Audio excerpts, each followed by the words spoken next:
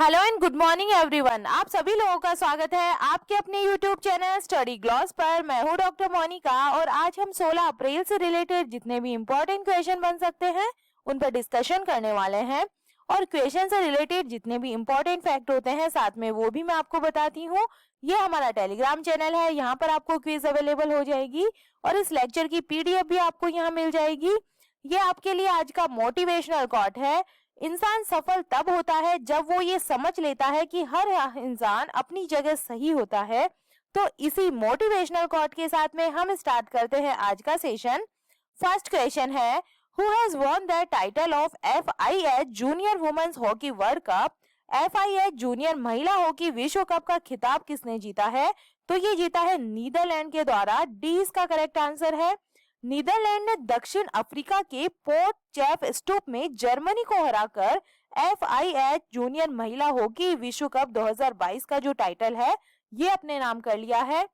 और नीदरलैंड इसके अंदर सबसे सफल टीमों में से रही है। और भारत की हम बात करें तो तीसरे स्थान के जो मैच हुआ था इसके अंदर इंग्लैंड ने शूट आउट में भारत को 3-0 से हराकर अपने नाम जो ब्रॉन्ज मेडल है ये अपने नाम किया है।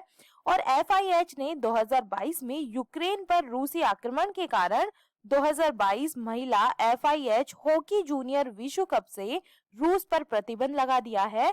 और 2023 महिला FIH हॉकी जूनियर विश्व कप 10वां संस्करण होने वाला है और चिली के सैंटियागो में आयोजित इसको किया जाएगा। तो इसके अंदर जो महिला हॉकी विश्व कप का जो टाइटल है ये नीदरलैंड की टीम ने जीता है। किसको हराकर? साउथ अफ्रीका की जो टीम है इसको हराकर जीता है। चलिए हॉकी से रिलेटेड टॉप 5 क्वेश्चंस हम रिवाइज कर लेते हैं। Who won the title of women's hockey Asia cup 2022 जिसके अंदर गोल्ड मेडल किसे मिला था? जापान को मिला था। Who has won the title of Abdullah Khan heritage hockey cup 2022 तो ये किसने जीता है? ये जीता है इंडियन रेलवेज के द्वारा। Women's hockey Asia cup 2022 which medal did India women's hockey won? तो इसके अंदर जो इंडिया है इसको मिला है bronze medal. Which team has won the 9th women's national ice hockey championship 2022 title? तो ये किसे मिला है? लद्दाख को मिला है। Who has won the title of 15th CEC women's ice hockey championship 2022? तो ये किसने जीता है? ये जीता है खारू ने। सेकेंड नंबर क्वेश्चन है, where has India's first community museum inaugurated to preserve cultural heritage? सांस्कृतिक विरासत को संरक्षित करने के लिए भारत के पहले सामुदायिक संग्रहालय का उद्घाटन कहां पर किया जाएगा? तो ये किया जाने वाला है लेह लद्दाख के अंदर। सी इसका करेक्ट आंसर होगा। डिटेल से हम इसके बारे में बात करें तो लद्दाख में लेह जिले के गया समोसा गांव में अपनी समृद्ध सांस्कृतिक विरासत को संरक्षित करके और आगे बढ़ाने के लिए एक सामुदायिक जो म्यूजियम है इसको स्टार्ट किया जाएगा। और सांस्कृतिक विरासत को भावी पीढ़ियों के लिए संरक्षित करने के लिए भारत के पहले सामुदायिक संग्रहालय का उद्घाटन लद्दाख के लेह जिले के अंदर किया गया है। और संग्रहालय के अंदर क्या होगा? पारंपरिक उपयोगी वस्तुएं, वस्त्र, पोशाकें और गया ससोमा के दैनिक जीवन की प्राचीन वस्तुएं मुख्य आकर्षण का जो है ये केंद्र रहेगी। और पारंपरिक घर जहां संग्रहालय स्थापित है इसके अंदर विभिन्न वास्तुशिल्प स्थान और विशेषताएं हैं। चलिए इंडियाज फर्स्ट से रिलेटेड क्वेश्चन था तो टॉप 5 इंडियाज फर्स्ट को हम रिवाइज कर लेते हैं। India's first digital justice watch is installed in the high court of which state? तो ये लगी है गुजरात के हाई कोर्ट के अंदर। Which has become the first state in the country to launch AVGC Center of Excellence? तो ये कहाँ पे किया गया है? ये कर्नाटका के अंदर इसे लॉन्च किया गया है। India's first para badminton where the academy has been established? तो ये हुई है लखनऊ उत्तर प्रदेश के अंदर। In which state India's first of its kind of and Asia's largest scientific bird atlas has been launched? तो ये कहाँ पे लॉन्च किया गया है? केरला के अंदर। Which has become the first union territory of the country to be integrated with the national single window system? तो ये हुआ है जम्मू एंड कश्मीर के अंदर। थर्ड नंबर क्वेश्चन है, who has been appointed as the member board representative of the ICC cricket committee? ICC cricket समिति के सदस्य बोर्ड प्रतिनिधि के रूप में किसे नियुक्त किया गया है?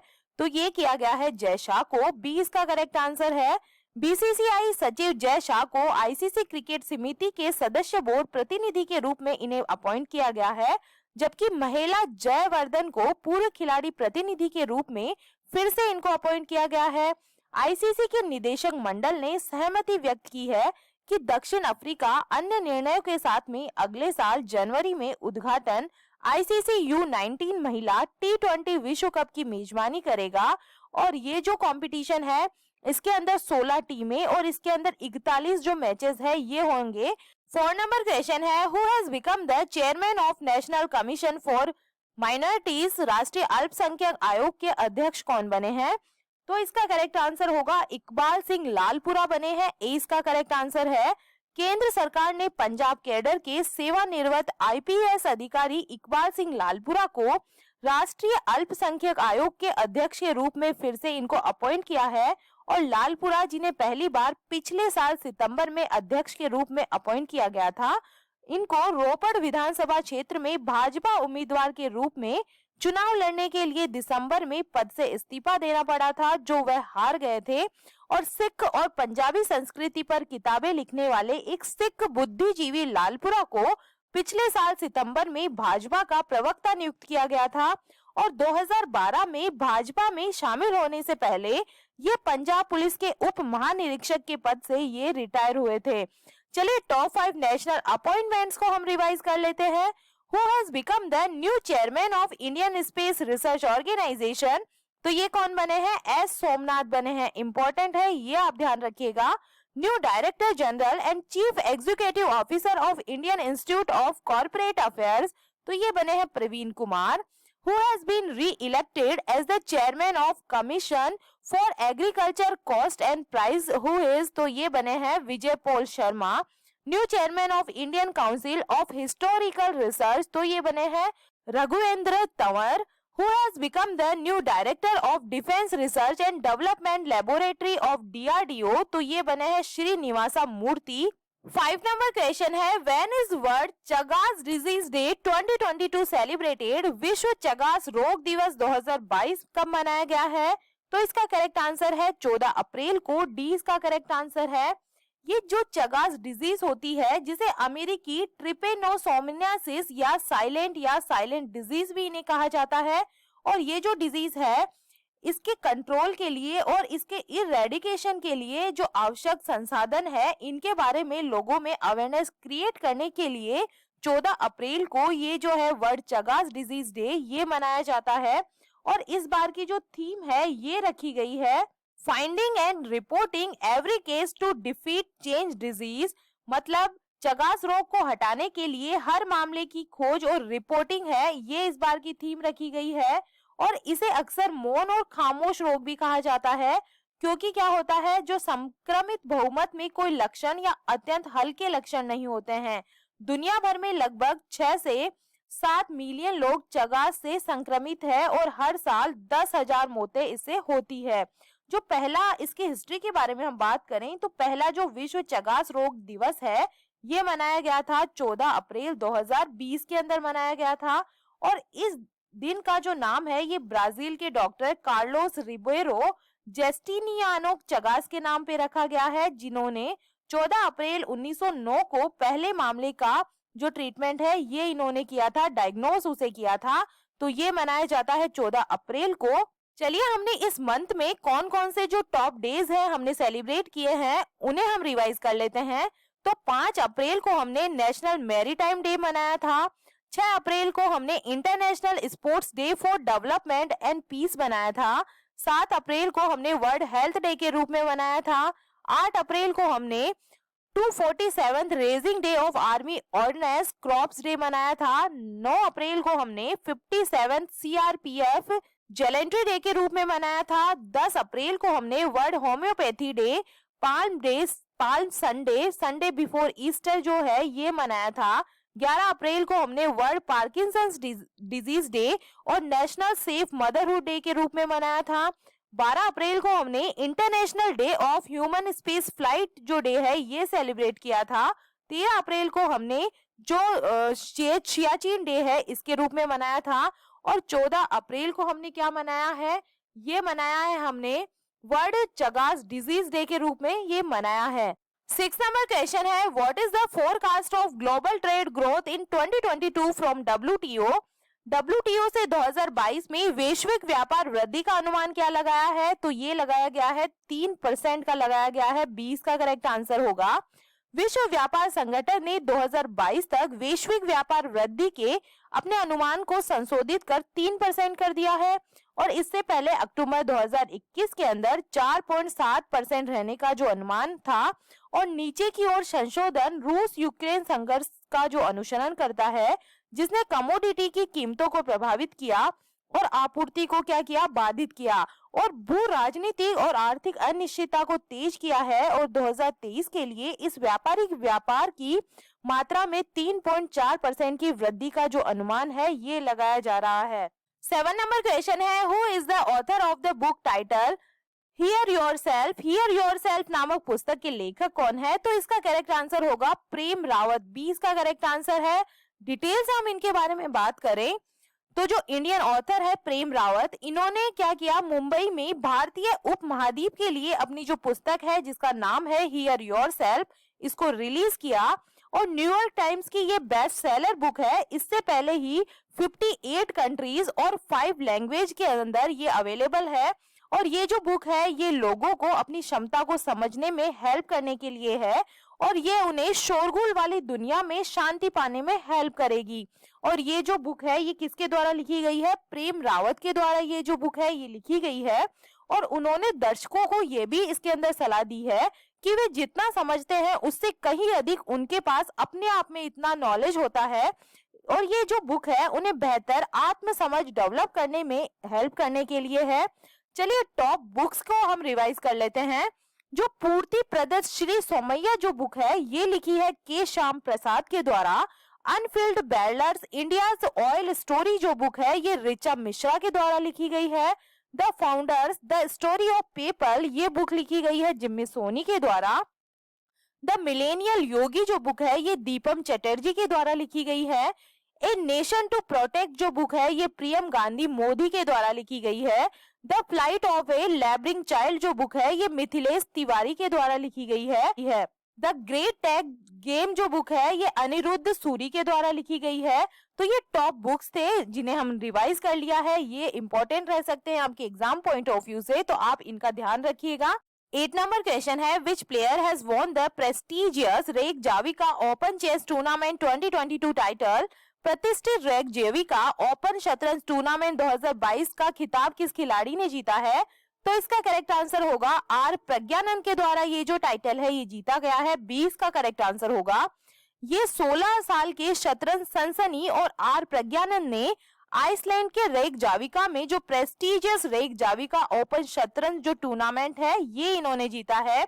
और 2 भारतीय खिलाड़ियों के बीच खेले गए फाइनल के अंदर आर प्रज्ञानंद थे जिन्होंने फाइनल राउंड में जो है भारत के ही GMD गुगेश को हराकर ये जो कंपटीशन है ये अपने नाम किया और भारतीय युवा खिलाड़ी ने 7.5/9 का स्कोर किया और आधा अंक ये क्या रहे, आगे रहे। आर प्रज्ञानंद ने 4 अन्य जीत भी इसके अंदर दर्ज की है जिसके अंदर अमेरिकी अभिमन्यु मिश्रा पर एक जीत शामिल है जो पिछले साल 12 साल और 4 महीने की उम्र में सबसे कम उम्र के ग्रैंड मास्टर बने थे। चलिए चेस की बात कर रहे हैं तो हम टॉप 5 चेस रिलेटेड क्वेश्चंस को हम रिवाइज कर लेते हैं। Who has won the title of chess tournament Grande Scacchi Cattolica international open 2022? तो ये किसने जीता है? ये जीता है SL नारायणन के द्वारा। Who has become the 23rd female chess grand master of India? तो ये कौन बनी है? प्रियंका नटुकी बनी है। In chess tournament, who has become the youngest player in India to defeat world number 1 Magnus Carlsen? तो ये कौन बने हैं? रमेश बाबू प्रज्ञानंद बने हैं। मतलब शतरंज टूर्नामेंट में जो विश्व के नंबर 1 खिलाड़ी है मैग्नस कार्लसन, इनको हराने वाले भारत के सबसे युवा खिलाड़ी ये बने हैं जिनका नाम है रमेश बाबू प्रज्ञानंद। इसके बाद में बात करें who has won the title of chess tournament Tata steel challengers 2022? तो ये कौन बने हैं? अर्जुन एरिगेसी बने हैं। Who has won the title of world rapid chess championship 2021? तो ये कौन बने हैं? नौदिर बेग अब्दुल सतोरोव बने हैं। 9 नंबर क्वेश्चन है, who has launch the Utsav portal to promote various tourist area of India as popular tourist destination across the world. दुनिया भर में भारत के विभिन्न पर्यटन क्षेत्रों को लोकप्रिय पर्यटन स्थलों के रूप में बढ़ावा देने के लिए उत्सव पोर्टल को किसने लॉन्च किया है? तो ये जो पोर्टल है ये लॉन्च की गई है जी किशन रेड्डी के द्वारा। डी इसका करेक्ट आंसर है। पर्यटन स्थलों को वैश्विक पटल पर लाने और पर्यटकों की मदद के लिए जो हमारे केंद्रीय मंत्री है जी किशन रेड्डी, इन्होंने एक पोर्टल का शुभारंभ किया है। उत्सव पोर्टल उसका नाम है और इस पोर्टल का जो एम है ये दुनिया भर में देश के विभिन्न क्षेत्रों को लोकप्रिय पर्यटन स्थलों के रूप में बढ़ावा देना है। और पोर्टल के द्वारा भारत के जो पर्यटन स्थल है इनके प्रति अवेयरनेस और आकर्षण बढ़ाने के लिए सभी कार्यक्रमों, त्योहारों और लाइव दर्शन को इसके अंदर प्रदर्शित किया जाएगा। इसके अलावा श्रद्धालुओं और यात्रियों को लाइव दर्शन के रूप में भारत के कुछ प्रसिद्ध धार्मिक तीर्थ स्थलों का दर्शन और अनुभव इसके अंदर प्रदान होने वाला है। तो ये जो पोर्टल है ये लॉन्च किया है जी किशन रेड्डी के द्वारा। चलिए पोर्टल की बात कर रहे हैं तो टॉप 5 जो ऐप और जो पोर्टल है उसे हम रिवाइज कर लेते हैं।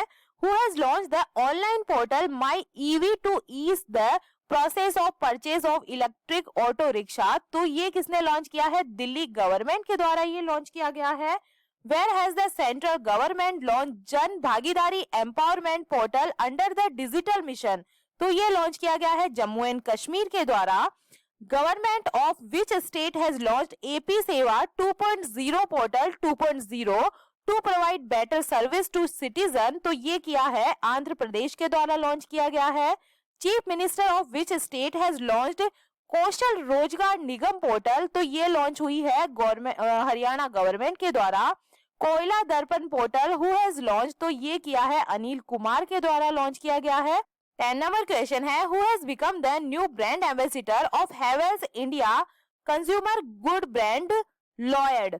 तो इसका करेक्ट आंसर होगा ये बने हैं सौरभ गांगुली। बी इसका करेक्ट आंसर है। जो हैवेल्स इंडिया के उपभोक्ता सामान ब्रांड लॉयड है इसके नए ब्रांड एम्बेसडर सौरभ गांगुली बने हैं। डिटेल से बात करें तो बिजली के सामान बनाने वाली कंपनी है हैवेल्स। इंडिया के कंज्यूमर ड्यूरेबल ब्रांड लॉयड के भारतीय क्रिकेट टीम के जो पूर्व कप्तान है और भारतीय क्रिकेट कंट्रोल बोर्ड बीसीसीआई के जो अध्यक्ष है सौरभ गांगुली, इनको पूरे भारत के बाजारों के लिए अपना जो ब्रांड एम्बेसडर है इन्हें अपॉइंट किया गया है। और इस भागीदारी के तहत गांगुली लॉयड सीरीज के टिकाऊ उत्पाद मतलब कंज्यूमर ड्यूरेबल्स का जो प्रचार और जो एडवर्टाइजमेंट है, मार्केटिंग है, इनके जरिए ये समर्थन करेंगे। चलिए टॉप 5 ब्रांड एम्बेसडर्स को हम रिवाइज कर लेते हैं। Who has become the new brand ambassador of consumer health care app Pharma Easy? तो इसके नए ब्रांड एम्बेसडर कौन बने हैं? ये बने हैं अभी रिसेंटली हमने पिछले करंट अफेयर्स में भी मैंने आपको बताया था, तो इसके बने हैं Aamir Khan. Who has become the new brand ambassador of sports clothing brand company Puma? तो पुमा के नए ब्रांड एम्बेसडर बनी है जॉर्ज रसेल बने हैं। भारतीय AXA life insurance who has become the new brand ambassador of, तो ये बनी है Vidya Balan. Who has become the new brand ambassador of online gaming platform WinZO. तो विंजो के जो नए ब्रांड एम्बेसडर बने हैं ये बने हैं Mahendra Singh Dhoni. Who has become the new brand ambassador of D2H brand dish TV India, तो ये बने हैं ऋषभ पंत। चलिए हम कल के जो करंट अफेयर एमसीक्यू है उसे हम रिवाइज कर लेते हैं। तो फर्स्ट क्वेश्चन था ICC player of the month March 2022 का जो पुरस्कार है ये किस खिलाड़ी ने जीता है? तो इसका करेक्ट आंसर होगा बाबर आजम और रशेल हैंस ने ये जीता है। बाबर आजम पाकिस्तान के हैं और जो रशेल हैंस है ये ऑस्ट्रेलिया के प्लेयर है, तो सी इसका करेक्ट आंसर होगा। सेकंड नंबर क्वेश्चन है कि संस्थान के वैज्ञानिकों ने स्वदेशी रूप से विकसित हेलीकॉप्टर से लॉन्च की जाने वाली anti tank guided missile Helina सफलतापूर्वक परीक्षण किया है। तो इसका सफल परीक्षण किया गया है defence research and development organisation के द्वारा। इसका करेक्ट आंसर है। थर्ड नंबर क्वेश्चन है मानव अंतरिक्ष उड़ान का अंतर्राष्ट्रीय दिवस 2022 कब मनाया गया है? तो इसका करेक्ट आंसर होगा 12 अप्रैल को ये मनाया जाता है। 20 का करेक्ट आंसर है। 4 नंबर क्वेश्चन है किस संस्थान के शोधकर्ताओं ने भारत का पहला स्वदेशी पॉलीसेंट्रिक कृत्रिम घुटना जिसका नाम है कदम, इसको डेवलप किया है? तो इसका करेक्ट आंसर होगा Indian institute of technology IIT Madras के द्वारा ये जो है डेवलप किया गया है, जिसका नाम रखा गया है कदम। तो सी इसका करेक्ट आंसर है। 5 नंबर क्वेश्चन है, भारत के सर्वोच्च साहित्य के पुरस्कार 56वें ज्ञानपीठ पुरस्कार से किसे सम्मानित किया गया है? तो इसका करेक्ट आंसर है नीलमणि फूकन को। डी इसका करेक्ट आंसर होगा। 6 नंबर क्वेश्चन है, भारत के G20 में नए मुख्य समन्वयक कौन बने हैं? तो इसका करेक्ट आंसर है हर्षवर्धन श्रृंगला बने हैं। ए इसका करेक्ट आंसर है। 7 नंबर क्वेश्चन है, एयरपोर्ट्स काउंसिल इंटरनेशनल द्वारा जारी रिपोर्ट के अनुसार वर्ष 2021 में दुनिया का सबसे व्यस्त जो एयरपोर्ट है ये कौन सा बना है? तो इसका करेक्ट आंसर है हर्ट्सफील्ड जैक्सन अटलांटा जो इंटरनेशनल एयरपोर्ट है ये बना है। ए इसका करेक्ट आंसर होगा। 8 नंबर क्वेश्चन है, पहली बार दीनानाथ मंगेशकर पुरस्कार 2022 से किसे सम्मानित किया जाएगा? तो इसका करेक्ट आंसर है नरेंद्र मोदी जी को किया जाएगा। ए इसका करेक्ट आंसर होगा। 9 नंबर क्वेश्चन है, हिंदुस्तान एरोनॉटिक्स लिमिटेड के ध्रुव एडवांस्ड लाइट हेलीकॉप्टर मार्क 3 को किस भारतीय अर्धसैनिक बल में शामिल किया गया है? तो इसका करेक्ट आंसर होगा इंडियन कोस्ट गार्ड के अंदर, आईसीजी के अंदर इसे इंक्लूड किया गया है। ए इसका करेक्ट आंसर है। 10 नंबर क्वेश्चन है, संयुक्त राष्ट्र खाद्य और कृषि संगठन और अर्बन डे फाउंडेशन ने शहरी हरियाली को बनाए रखने के लिए भारत के किस शहर को tree city of the world 2021 के रूप में इसे चुना है? तो इसका करेक्ट आंसर है ये चुना गया है मुंबई को। सी इसका करेक्ट आंसर होगा। और ये था कल का स्टडी ग्लॉस क्वेश्चन। हाल ही में ग्रामीण महिलाओं को उद्यमी बनाने के लिए अमेजन इंडिया ने किस राज्य के साथ में समझौता किया है? तो इसका करेक्ट आंसर होगा कर्नाटका के साथ में किया है। सी इसका करेक्ट आंसर होगा। और ये है आपके लिए आज का स्टडी ग्लॉस क्वेश्चन। भारत का पहला बायोमास आधारित हाइड्रोजन संयंत्र कहाँ स्थापित किया जाएगा? तो इसका आंसर आप मुझे कमेंट सेक्शन में दीजिएगा। ये हमारा टेलीग्राम चैनल है, यहाँ पर आपको सारे क्वेश्चन क्विज के फॉर्मेट में अवेलेबल हो जाएंगे और इस लेक्चर की जो पीडीएफ है वो भी आपको यहाँ पे अवेलेबल हो जाएगी। आई होप आपको ये सेशन पसंद आ रहा होगा। अगर पसंद आ रहा है तो आप इसे लाइक कीजिए, अपने दोस्तों के साथ में शेयर कीजिए और क्वेश्चन से रिलेटेड कोई भी आपके डाउट्स है, मुझे कुछ सजेशन देना है तो आप मुझे कमेंट सेक्शन में लिख सकते हैं। तो चलिए मिलते हैं हम एक नेक्स्ट सेशन के साथ में। Thank you.